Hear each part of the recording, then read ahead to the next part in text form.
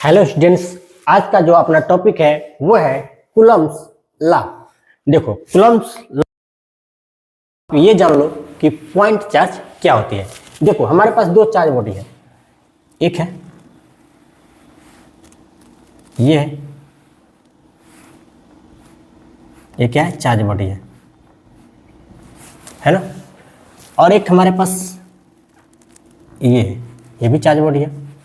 Okay, इन दोनों में क्या फर्क है? ये देखो, ये छोटू सा है और ये इतना बड़ा सा है ना। ये किसी एक पॉइंट पर सिचुएटेड है और ये क्या है, स्कैटर्ड है पूरा। ठीक है, क्योंकि ये किसी एक पॉइंट पर सिचुएटेड है। ये बहुत ही, ये पॉइंट चार्ज होता है ना, इसको बोलते हैं, देखो इसको बोलते हैं चार्ज। ये हो गया चार्ज बॉडी, और ये हो गया पॉइंट चार्ज। ये हो गया चार्ज बॉडी और ये हो गया पॉइंट चार्ज। ये जो पॉइंट चार्ज होता है ना, वो बहुत ही छोटे पॉइंट पर सिचुएटेड होता है। ये क्या होता है, पॉइंट चार्ज एक बहुत ही छोटा सा पॉइंट पर सिचुएटेड होता है। ये इनकी तरह स्कैटर्ड नहीं होता है। यही होता है पॉइंट चार्ज। पॉइंट चार्ज मतलब बहुत ही छोटा सा चार्ज जो किसी एक पॉइंट पर सिचुएटेड होता है। ये इनकी तरह स्कैटर्ड नहीं होता है। जैसे ये स्कैटर्ड है ना, ये पॉइंट चार्ज इनकी तरह स्कैटर्ड नहीं होता है, तो इन्हीं को बोलते हैं पॉइंट चार्ज। पॉइंट चार्ज मतलब बहुत ही छोटा चार्ज, ठीक है, जो किसी एक पॉइंट पर सिचुएटेड हो। ओके, देखो अब समझते हैं हम कि कूलम्ब्स लॉ क्या है। देखो मान लो हमारे पास दो पॉइंट चार्ज है, एक ये हो गया, ठीक है, और एक ये हो गया। ये क्या है भाई, तो दोनों पॉइंट चार्ज है। ओके, और इनके बीच का जो डिस्टेंस है वो कितना है, तो आर है। हमने मान लिया कि इन दोनों पॉइंट चार्ज के बीच का जो डिस्टेंस है वो कितना है भाई, तो आर है। ओके, ये दोनों पॉइंट चार्ज है, ठीक है, और इनके बीच का जो डिस्टेंस है वो क्या है, स्मॉल आर है। तो कूलम्ब्स लॉ ये बोलता है ना कि जो इन दोनों के बीच का जो फोर्स ऑफ इंटरेक्शन होगा ना, आप जानते हो कि दो चार्ज के बीच या तो अट्रैक्शन फोर्स होता है या फिर रिपल्सन फोर्स लगती है। यदि दोनों चार्ज का सेम नेचर हो ना, अगर ये भी पॉजिटिव चार्ज है ये भी पॉजिटिव चार्ज है, तो दोनों के बीच क्या होगा, रिपल्सन होगा। और मान लो ये पॉजिटिव है और ये नेगेटिव है, तो दोनों के बीच क्या होगा, अट्रैक्शन होगा। तो कूलम्ब्स लॉ यही बोलता है कि दो चार्ज के बीच जो फोर्स ऑफ इंटरेक्शन, जो फोर्स ऑफ अट्रैक्शन या फोर्स ऑफ रिपल्सन होती है ना, दो चार्ज के बीच जो फोर्स ऑफ अट्रैक्शन या जो फोर्स ऑफ रिपल्सन होती है, वो इन दोनों चार्जेस के प्रोडक्ट के डायरेक्टली प्रोपोर्शनल होती है। क्या होती है, मान लो ये Q1 है, ये पॉइंट चार्ज Q1 है और ये पॉइंट चार्ज Q2 है, ठीक है। तो कूलम्ब्स लॉ बोलता है कि इन दोनों के बीच का जो फोर्स ऑफ अट्रैक्शन या फोर्स ऑफ रिपल्सन होगा ना, वो इन दोनों चार्जेस के प्रोडक्ट के डायरेक्टली प्रोपोर्शनल होगा। मतलब F is directly proportional to Q1 to Q2।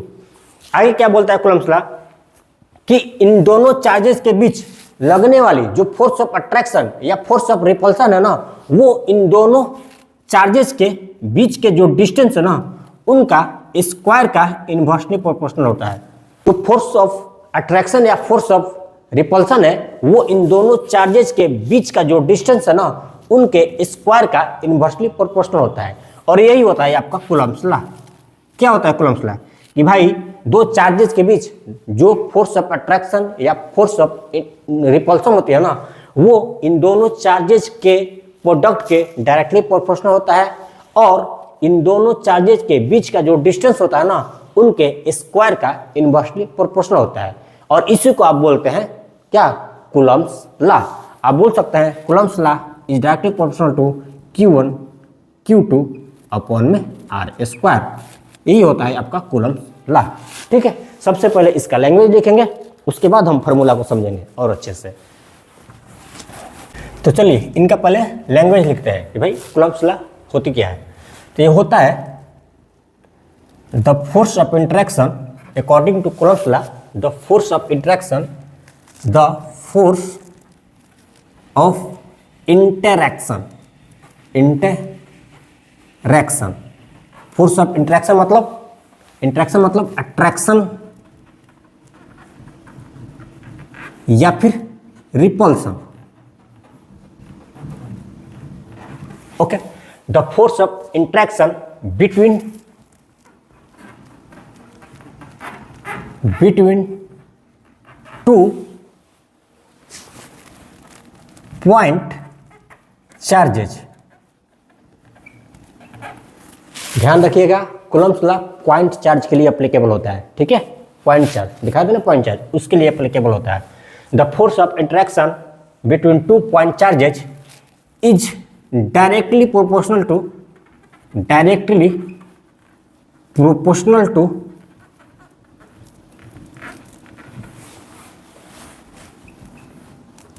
The product of charges, directly proportional to the product of charges and inversely proportional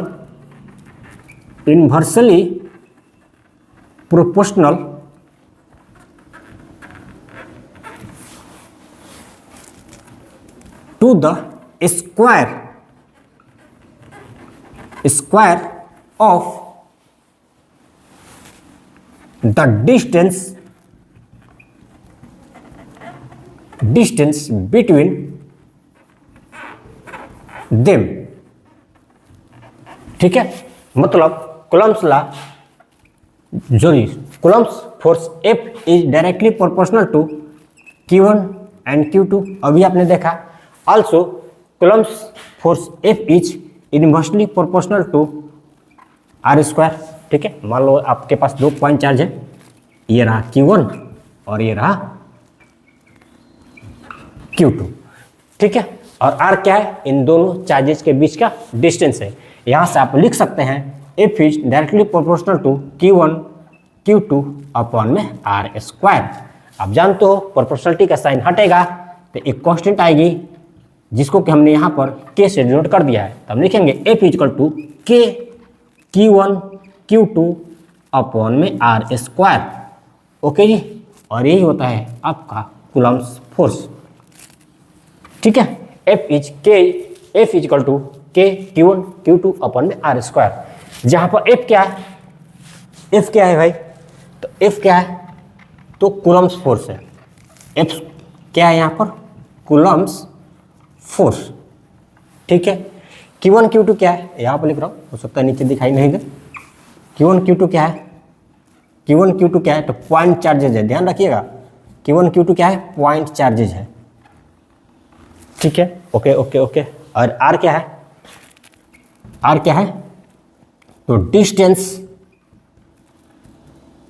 distance between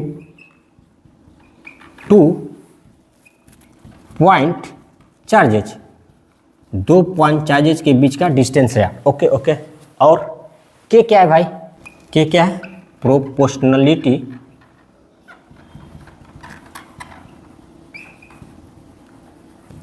constant है, ठीक है। तो देखो इतना तुम नोट करो, उसके बाद आगे की कहानी देखते हैं। तो हमने देखा क्या कि according to Coulomb's law F बराबर होता है K Q1 Q2 अपॉन में R², ये होता है ना, ठीक है। तो हमने बोला था कि यहाँ पर F क्या है कि कूलम्ब्स फोर्स है, Q1 Q2 क्या है? तो पॉइंट चार्जेज है, and R is the distance between two point charges, and K क्या है? तो प्रोपोर्शनलिटी कांस्टेंट है, क्योंकि K कब आया था? जब हम प्रोपोर्शनलिटी का साइन हमने हटाया था।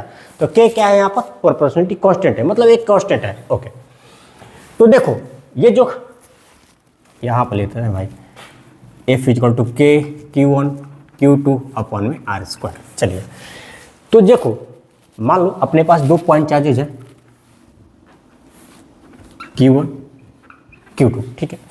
तो जब ये Q1 Q2 एयर में रहेगा ना, ये Q1 Q2 चाहे एयर में रहे चाहे वाटर में रहे, किसी भी मीडियम में रहे, Q1 Q2 पर कोई फर्क नहीं पड़ने वाली है। यदि Q1 2 कूलम्ब का है और Q2 3 कूलम्ब का है, तो चाहे इनको आप एयर में रखिए या फिर वाटर में रखिए, ये 2 कूलम्ब के ही रहेंगे और ये 3 कूलम्ब के ही रहेंगे, ठीक है। चाहे आप किसी भी मीडियम में रख लीजिए, लेकिन जैसे ही आप मीडियम चेंज करते हो ना, इस K का वैल्यू बदल जाएगी, इस K का वैल्यू बदल जाएगी। यदि ये Q1 Q2 एयर में रखी हुई है तो इनके लिए K का वैल्यू कुछ और होगा, और यदि ये Q1 Q2 वाटर में रखी हुई है तो इनके लिए इस K का वैल्यू कुछ और होगा। क्यों?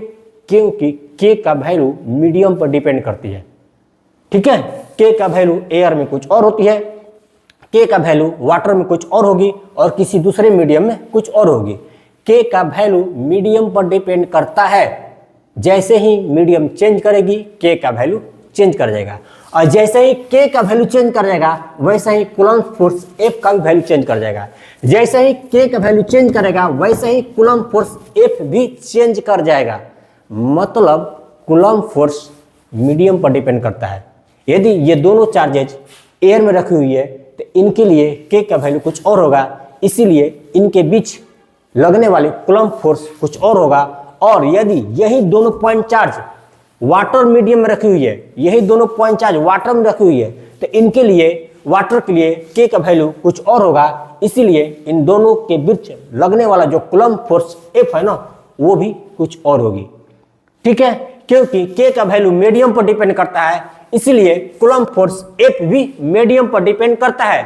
मीडियम चेंज करने से Q1 Q2 तो चेंज होगी नहीं, R क्या है, दोनों के बीच का डिस्टेंस है, लेकिन मीडियम चेंज करने से K बदल जाएगी, इसलिए कूलम्ब फोर्स भी बदल जाएगी। तो हम लिखेंगे since the value of K depends upon medium, so the Coulomb force also depends upon medium,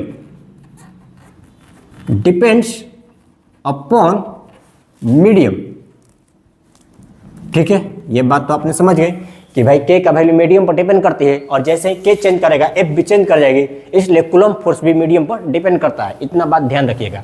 okay, बात करें एयर की।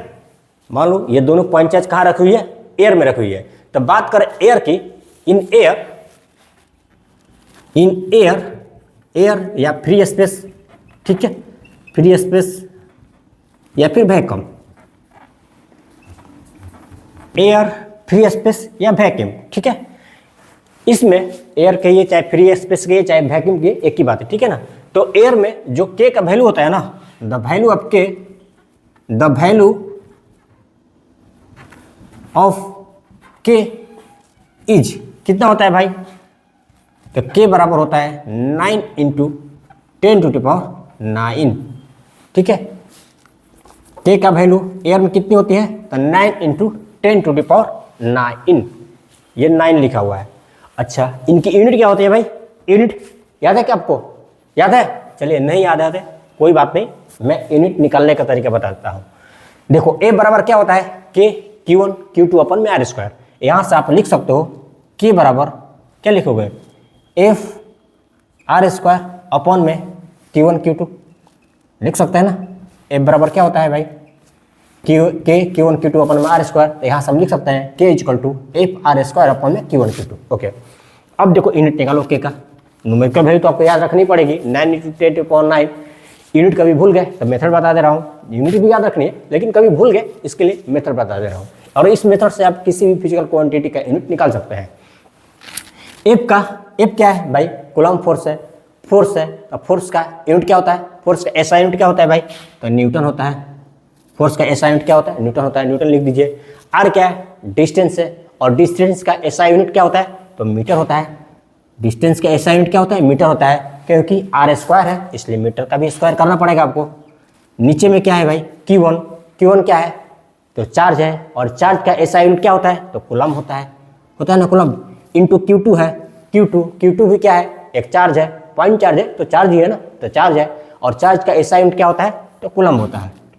अब C1 C2 मत कर देना, ठीक है ना, ये C1 C2 नहीं होगा क्योंकि ये यूनिट है ना, तो C1 हो Q1 हो या Q2 हो, दोनों चार्ज है, और चार्ज का SI यूनिट क्या होता है, तो कूलम्ब होता है। तो C × C² इस तरह से अपना जो यूनिट निकल के आया, क्या निकल के आया भाई, न्यूटन मीटर स्क्वायर पर कूलम्ब स्क्वायर, ठीक है।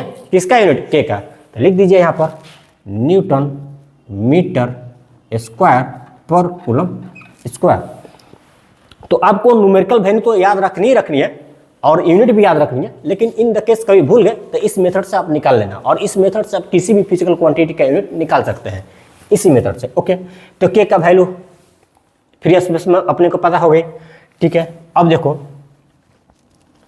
अच्छा इंपॉर्टेंट नोट बना करके लिख लो इस बात को। नोट क्या है नोट भाई? आपको शुरू में हमने बताया था ना, यहाँ पर मैं लिख दे रहा हूँ फिर से। ये देखो, एक कोई चार्ज बॉडी है, ओके, ये कोई चार्ज बॉडी है, इस लेक्चर के स्टार्ट में ही हमने बताया था। और ये भी कोई चार्ज है ना, जो किसी एक पॉइंट पर सिचुएटेड है। ये चार्ज बॉडी है और ये क्या है? पॉइंट चार्ज है, ठीक है। ये पॉइंट चार्ज है। पॉइंट चार्ज मतलब बहुत छोटा सा चार्ज जो किसी एक पॉइंट पर सिचुएटेड हो, जो किसी एक पॉइंट पर सिचुएटेड हो, वो इनकी तरह स्कैटर्ड नहीं हो। तो जो कूलम्ब्स लॉ है ना, कूलम्ब्स लॉ है वो पॉइंट चार्ज के लिए एप्लीकेबल होता है। आप इनके लिए अप्लाई मत कर देना कि दो चार्ज बॉडी ले लेना, इनके जैसा एक और चार्ज बॉडी ले लेना और उनके बीच कूलम्ब फोर्स लगा देना, ऐसा मत कर देना। कूलम्ब्स लॉ पॉइंट चार्ज के लिए एप्लीकेबल होता है। इनके जैसे चार्ज के बीच लगती है कूलम्ब्स लॉ, ठीक है। इनके जैसे चार्ज के बीच के लिए एप्लीकेबल है कूलम्ब्स लॉ, ओके। इनके जैसे दो चार्ज बॉडी के बीच के लिए कूलम्ब्स लॉ आप मत लगा दीजिएगा। तो Coulomb's law is applicable for point charges only. लिख लीजिए इंपॉर्टेंट नोट में, Coulomb's law is applicable for point charge, ठीक है। तो ओके, इतना नोट कीजिए, फिर आगे देखते हैं। तो हम जानते हैं कि according to Coulomb's law F बराबर होता है K Q1 Q2 upon R square. यहाँ से हम लिख सकते हैं F is inversely proportional to R square, ठीक है। According to Coulomb's law F is inversely proportional to R square, ये आप बात जान चुके हैं।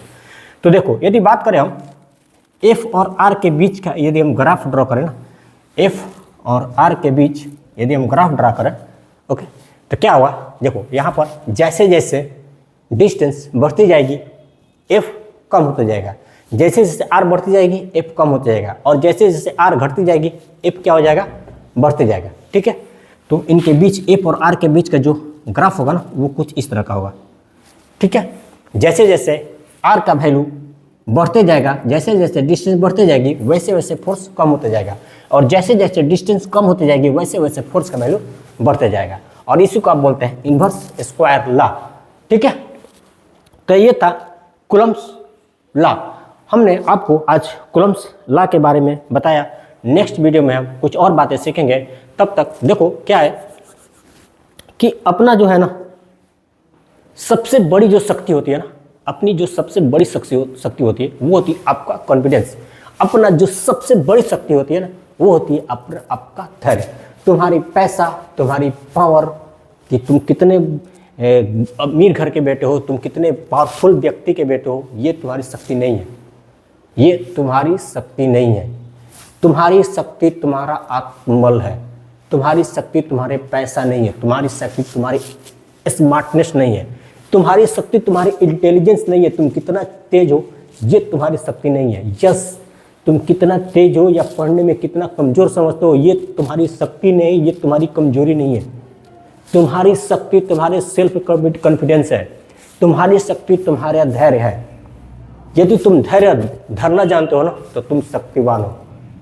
यदि तुम्हारे अंदर आत्मविश्वास है ना, तो तुम शक्तिवान हो। तुम कितने एग्जाम में, अब तक कितने एग्जाम में तुम टॉप किए हो, ये तुम्हारी शक्ति को परिचय नहीं देती है। ये तुम्हारी शक्ति का परिचय देती ही नहीं है कि तुम कितने बार टॉप किए हो अभी तक अपने एग्जाम में, और अभी तक तुमने टॉप ही करते हैं। ये तुम्हारी शक्ति का परिचय नहीं है। तुम्हारी शक्ति तब प्रदर्शित होती है जब तुम किसी दिन असफल होते हो। और देखो, टॉप करने वाला बच्चा भी सुसाइड कर लेता है ना। चाहो IIT मुंबई का भी बच्चा सुसाइड करता है, एम्स दिल्ली का भी बच्चा सुसाइड करता है। क्यों?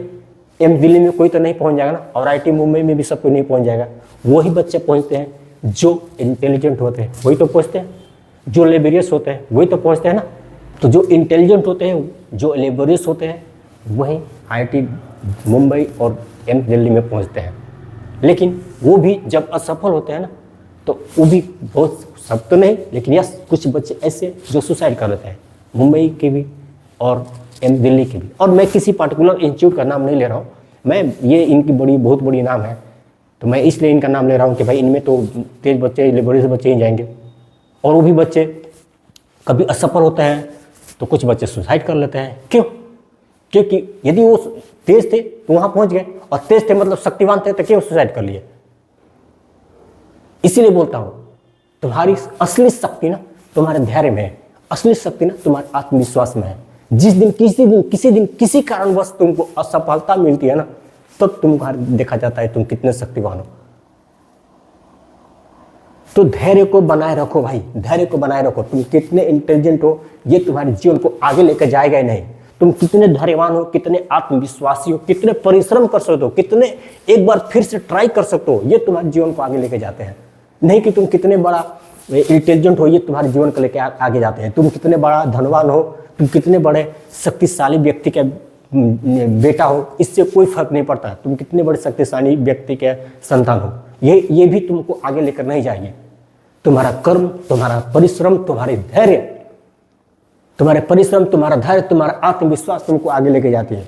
वो बच्चे जो बड़े बड़े इंस्टीट्यूट में जाते हैं ना, बड़ी बड़ी मेहनत कर करके और अपने इंटेलिजेंसी के बल पर, वो भी तो तेज थे, वो भी तो लेबोरियस थे, लेकिन क्यों सुसाइड कर लिए? वो क्यों कर लिए?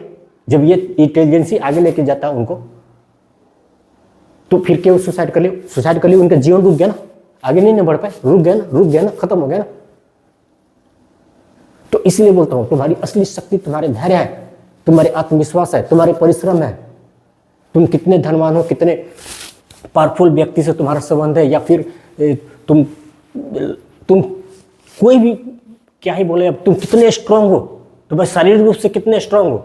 स्वस्थ रहना अच्छी बात है, तुम शारीरिक रूप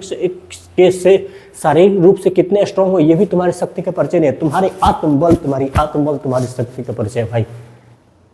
और जिस व्यक्ति के पास आत्मबल है ना, वो दुबला पतला थीन सा व्यक्ति, और उस व्यक्ति के पास यदि आत्मबल है ना, तो वो तुमसे ज्यादा शक्तिशाली है।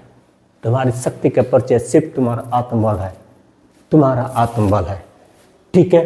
तो आत्मबल को बनाए रखो, नेक नियति रखो, समाज के प्रति उदार नीति रखो, जीवन के प्रति उदार नीति रखो, सबके प्रति उदार नीति रखो, और धैर्य बनाए रखो, विश्वास बनाए रखो, लगातार परिश्रम करते रहो, जीत तुम्हारी भी होगी।